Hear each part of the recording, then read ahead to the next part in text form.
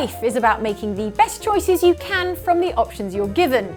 The editor of this video, for example, will have to choose the best take of me delivering this line. Oh. Well, I'm not doing it again. The same is true of video games, where the choices are even more important, and the developers are keeping track of those choices and sometimes publishing the data.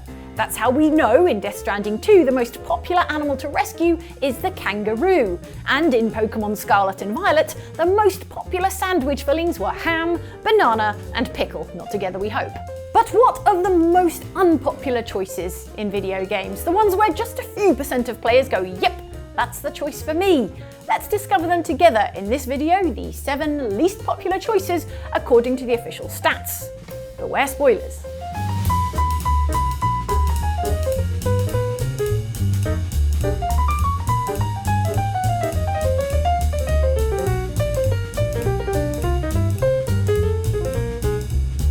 You can count on me.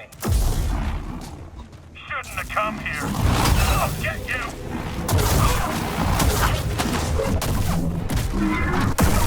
Regardless of what you think about the quality of the Star Wars movies, sequels, prequels and spin-off TV shows, there is one thing we can all agree on. Lightsabers are frickin' cool. I challenge anyone to say that never have they, at any point in their lives, picked up a long stick or other object of similar dimensions and waved it around in front of them going...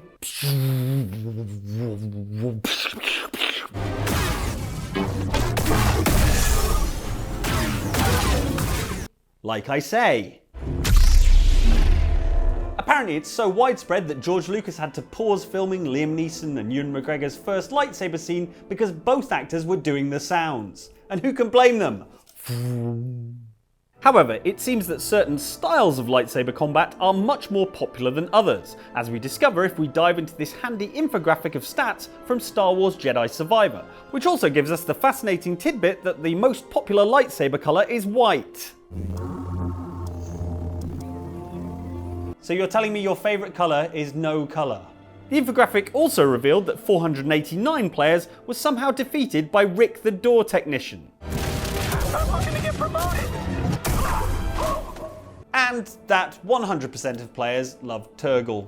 You didn't have to step in just now, but you did. Yes, you did. Turgle, shut it. Which, yeah, I'm not going to argue with that one. According to these stats, the most popular lightsaber stance, with 31% of players having it as their preference, is single, just like the majority of Jedi in the movies. Because when people are living their Star Wars fantasy, they want it to be as close to the films as possible. Dual lightsaber stance is a close second, with 29%, which also makes sense, because the only thing better than a lightsaber is 2 lightsabers, surely. However, the most unpopular choice, right at the bottom of the table, with a shocking 7% of players picking it as their stance of choice, is crossguard stance. Crossguard stance sees your saber's blade take on a more ragged, unstable appearance and causes little jets to shoot out of the sides, giving it the look of a medieval broadsword made of lasers. So, why is it so unpopular? Well, while it is the most powerful lightsaber stance in the game, it's also the slowest, relying on wide arcs and slashes to damage your enemies, and it also favours players who like to play defensively, parrying and looking for opportunities to allow them to wind up and cause big damage. That, and in the movies, it's the style favoured by emo super jerk Kylo Ren, and presumably no one wants to be associated with that. Still a surprising stat, although not more surprising than the fact that apparently the most popular haircut and beard combo was crew cut and short beard. Did you not see the handlebar moustache and mullet? Honestly, some people don't deserve a Star War. White lightsabers. Once more my hamster proves himself my greater half, and makes the path clear when my mind is fuzzier than his tiny bottom.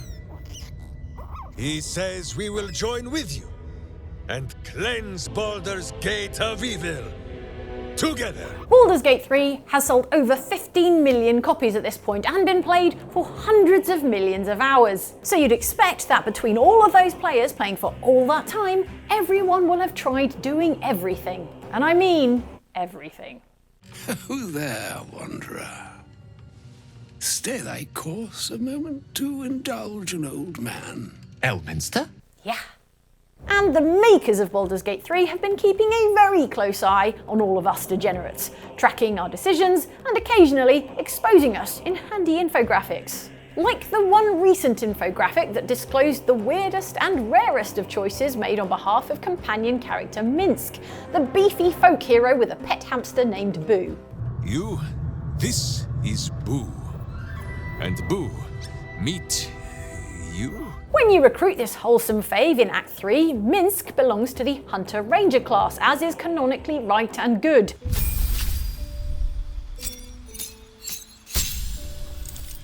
As well as a sensible match for his affinity to animals, high dexterity and high wisdom. Boo says smite. That means I must hit you very hard, I think. However, Baldur's Gate 3 allows you to respec characters any which way you like, changing the class of a companion regardless of how it suits them tactically or thematically, or how good they'll look in the class-appropriate armour. As thou desire. Turns out a teeny tiny weirdo fraction of Baldur's Gate 3 players saw fit to respec Minsk as a necromancy favouring grimdark Lord of Death, which is to say, a Death Domain cleric.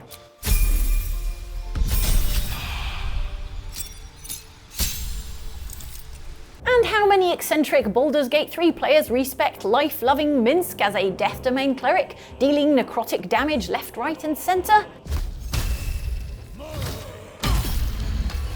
Only an infinitesimally tiny contingent of 350 players, out of the millions of Baldur's Gate 3 players who, we remind you, are pretty much up for anything. Why would anyone do such a thing? You'd have to ask them, I suppose. But there are only 350 of the absolute mad lads, so you'll have a job finding one. What's going on here? Commander, just who I was looking for. Diana Allers, Alliance News Network. I think we can help each other. I suppose you wanted an interview. Imagine being a video game media personality and having a cameo in one of your favourite video game series. I mean, I don't have to imagine because I have one in Hitman 2. No big deal. Another video game media personality who was afforded the privilege was IGN host Jessica Chobot, who landed a cameo playing a character called Diana Allers in Mass Effect 3. Diana Allers, who was a reporter for the Alliance News Network, had both the voice and likeness of Chobot, who was best known by gamers as the host of IGN's Daily Fix videos. The weekend has arrived. Jess here with your fix for Friday, May 18th. There were lots of reasons to let Diana on board. For a start, she's one more person to talk to out in the loneliness of deep space, and she was also a potential romance option for both male and female shepherds, in case you'd already blown your chances with Liara or whoever. Well, I can't refuse an exclusive. If you're planning on writing a kiss and tell, maybe don't inform the victim ahead of time. In spite of all those good arguments, you could also flatly refuse to allow the IGN host onto your ship for whatever reason. Like, I don't know, if you're a GameSpot superfan or something. Can you handle an arrangement like that? Or do I keep looking? You're a reporter. I command a stealth ship. The two don't mix. Well, I guess you'll have to win support on your own then. More likely, the reason this was included as an option was that BioWare assumed that there might be people who found a cameo from a well-known video game personality distracting in an otherwise fantastical sci-fi universe. Still, they needn't have worried, because in the end, only a minuscule 3% of players refused to let Allers on board. Guess there just aren't that many GameSpot fans. And I'm not just saying that because we're filming this in the IGN studio. Okay, I said it. Can you unlock the doors now? Please? Awesome! I've never owned a diamond weapon! Just wait till you enchant it. Once upon a time, just an open world building and survival game, Minecraft is now a huge multimedia IP that includes conventions, books, Lego sets, and a hugely successful movie that is also the reason you couldn't avoid children singing at you about lava chicken for a good portion of early 2025. One of the most unusual Minecraft spin-offs was the Telltale game series Minecraft Story Mode, which, in stark contrast to the freedom of Minecraft Prime, is about telling a mostly linear story where choices come along at key moments, much like in Telltale's other games, like The Walking Dead. We're the Order of the Pig. Really? As you might expect with this kind of thing, if you look at the stats, you'll find a mostly even distribution of player decisions. But there's one decision in episode 4 that almost nobody made, and it involves shovels. No, it's not the decision of whether or not to dig directly down into the center of the earth. Rather, it's the decision of what to craft when confronted with a crafting table, a cache of sweet, sweet diamonds, and the instruction to make yourself a weapon. Let's see, there's a bunch of crafting stuff and... diamond score! Now, you have the ingredients here to craft and enchant one of 5 different things. Depending on the configuration, you combine them in. It should come as no surprise to learn that a diamond sword was the top choice picked by 68% of players, followed of course by the iconic diamond pickaxe at a much less respectable 12.9%. Behold, my enchanted diamond pickaxe! If you enjoy playing by your own rules, however, colouring outside the lines and thinking outside the box, then you could instead join the 2.3% of other people who, when faced with this adamantine bounty, chose to use it all to make a diamond shovel. Behold, my enchanted diamond shovel. Now, I'm not saying a diamond shovel is a bad thing. If someone came up to me in the street and offered me a shovel whose blade was made of solid diamond, I'd certainly accept it. But when the alternative is a diamond sword, I'm amazed that the percentage was even this high. It's even lower than diamond hoe, for goodness sake, which clocked in at a pathetic but still higher 5.8%. But if we're honest, how much of that 5.8% was because of the word hoe and it being a funny word? Probably most of it. A few weeks back, there might have been a station wagon in the forest, full of all sorts of food, water, things you need to survive. Yeah, I'm not some cannibal, Lee. Some killer out in the woods. Some villain. I'm just a dad. While we're talking about choices, it's important to remember that our choices can have unintended consequences. For example, your choice to watch this video instead of something by Mr. Beast means that is one fewer advertising revenue dollar he'll have to spend on making desperate people fight each other to death inside the Beast Dome. And you want that on your conscience? It's a tricky one. For a more video gaming example, consider the heroes of Telltale's The Walking Dead Season 1, who at one point find a station wagon full of delicious food and life-saving supplies. If you like, you can steal it all, and in your face, idiots who left it unguarded. Here, Clem, put on this loser's hoodie. Well, think of it like you're holding on to it. You can give it back if we ever meet up with him, okay? Okay. But oh no, as a result of all this, the family whose stuff you nicked all die, the dad goes mad and keeps his wife's zombie head in a bowling ball bag. Hey, honey, I think this is all gonna work out. And he kidnaps Clementine, the little girl who you spend all your time in The Walking Dead Season 1 trying to protect. Let me out! Who's out there? Let this be a lesson to you. Don't steal things from people's cars or this will happen. You're a monster.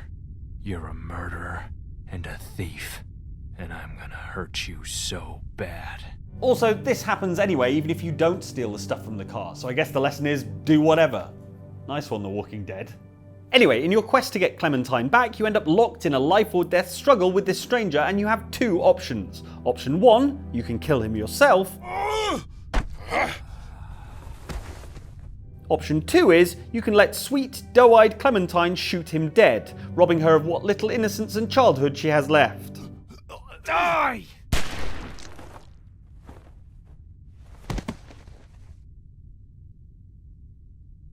If you chose that second option, then congratulations! You and the 10% of other people who went the same way as you are total monsters. How could you?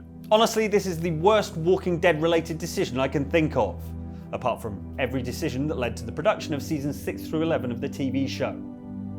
Seasons 6 to 11. Be ready to talk by the time I get to you. Darling, you're adorable. Say what you like about Dragon Age the Veilguard, there's no denying it is a video game. But it does have a kick-ass character creator. From your initial choice, where you pick from the 4 playable lineages, which are Elf, Canary, Human, and Dwarf, you are thrust into an almost overwhelming array of facial features, horns, head sliders, body dimensions, and hair. so much hair. As such, you can create the Rook of your dreams. Be that a noble adventurer looking to right the wrongs of a world in turmoil, I'm sure it'll be easy. or a total weirdo who's going to romance anything that isn't nailed down, and probably a few things that are, should they get the chance. First kisses. It's been a while. I might need a refresher. One thing is for certain, however, and that's even though you can make the Rook of your dreams, almost no one's dreams involve that Rook being a dwarf, because according to the stats, only 6% of players chose to go with that option. There's no way that's true. That's compared to 11% picking the Horned Kunari lineage, 40% choosing elf, and a whopping 43% of players picking human. Come on gang, live a little, dream a little bigger. If you're playing the game, you're already a human being, or possibly an extremely well-trained dog that's learned to press the right buttons, in which case, I'll let you off. Chloe, are you up there? Yo, turn it off! Turn it off! How many times have I told you to stop blasting that punk Dude, the music's not even on! The Life is Strange series is about sensitive young adults getting to grips with life, love, and superpowers. Like Xavier's School for gifted youngsters, but with more indie folk music. Or possibly the same amount. I don't know what Wolverine's into. No!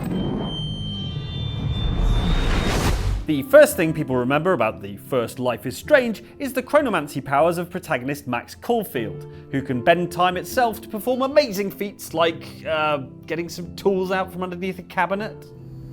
Yes, you have mad skills, Max. The other thing people remember about the game is the relationship between Max and troubled blue-haired deuteragonist Chloe Price, a relationship so intense that a large number of players found themselves sacrificing an entire town to save her at the end of the game. Correctly, I might add. Anyway, in Life is Strange's first chapter, during the early moments of rekindling your childhood friendship with Chloe, you find yourself in her room where she has some weed and a rapidly approaching jerk-ass stepfather. My stepdad will kill me if he finds you here. Here you have several options available to you. You can hide in a closet, additionally choosing whether or not to intervene when Chloe and her stepdad David start to argue. I'm sorry, that was my joint. Or you can remain unhidden and deal with the consequences of David finding Chloe's weed out in the open. In this scenario, you have two options. You can take the blame for Chloe, saying it was your weed all along. Yeah, my pot. The other thing you can do is sing like a canary and say that the weed is Chloe's and you had nothing to do with it. No way, that's not mine. Oh, of course not. I'm sure Chloe gets all the best right? I'm sure she gave you good friend rates. Why don't you get off my crack? Although statistically, you're extremely unlikely to have done that, because according to official Life is Strange stats, almost no one did. The other three options are all fairly even, with taking the blame yourself sitting at 29%, staying hidden clocking in at 36%, and coming out of hiding to intervene being the choice of 34% of players. The percentage of people who chose to rat out Chloe, 1%. Amazingly, those 1% narcs were allowed to keep on playing Life is Strange after that. If I was in charge, the game would have uninstalled itself at that point and bricked your console. Harsh, but fair, I think. Thanks for taking the heat. We totally smacked his punk ass down, Max. Dwarves, shovels, the Kylo Ren lightsaber that no one picked in that game. These are all the most unpopular choices in these games according to the official stats from the developers. Thanks for watching this video, and if you'd like to see something else by Outside Xbox, here's the most unpopular video we've ever made.